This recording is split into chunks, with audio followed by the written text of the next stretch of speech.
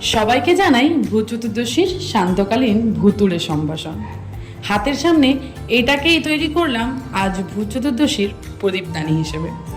আজকের সন্ধ্যায় 14টি প্রদীপ জ্বালিয়ে অশুভ শক্তির বিনাশ এবং চতুর্দশ পূর্বপুরুষদের আত্মার শান্তি কামনার উদ্দেশ্যে এই প্রদীপ প্রজ্বলনের রেওয়াজ। শারদীয়া হোক, মা কমলার বন্দনা হোক, অথবা ভূত চতুর্দশী ও দিওয়ালি হোক, হলুদ লালের ছোঁয়া না থাকলে আমার মনে হয় সব কিছুই অসম্পূর্ণ।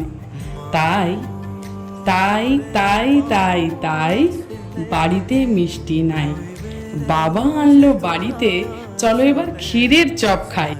ক্ষীর, মিষ্টি, চপ এইসব হয়তো অনেকেই খেয়েছেন, তবে ক্ষীরের চপ কেউ খেয়েছেন কি? যদি কেউ খেয়েও থাকেন, একবার এই বিখ্যাত ভীমনাগের ক্ষীরের চপ খান। বাজি রেখে বলছি, অসাধারণ লোভনীয়তার স্বাদ, যা আপনারা খেলে একবার ভুলতে পারবেন না। ইংরেজদের পুরস্কৃত বহু পুরস্কার এই 200 বছরের পুরনো দোকানে সজ্জিত রয়েছে।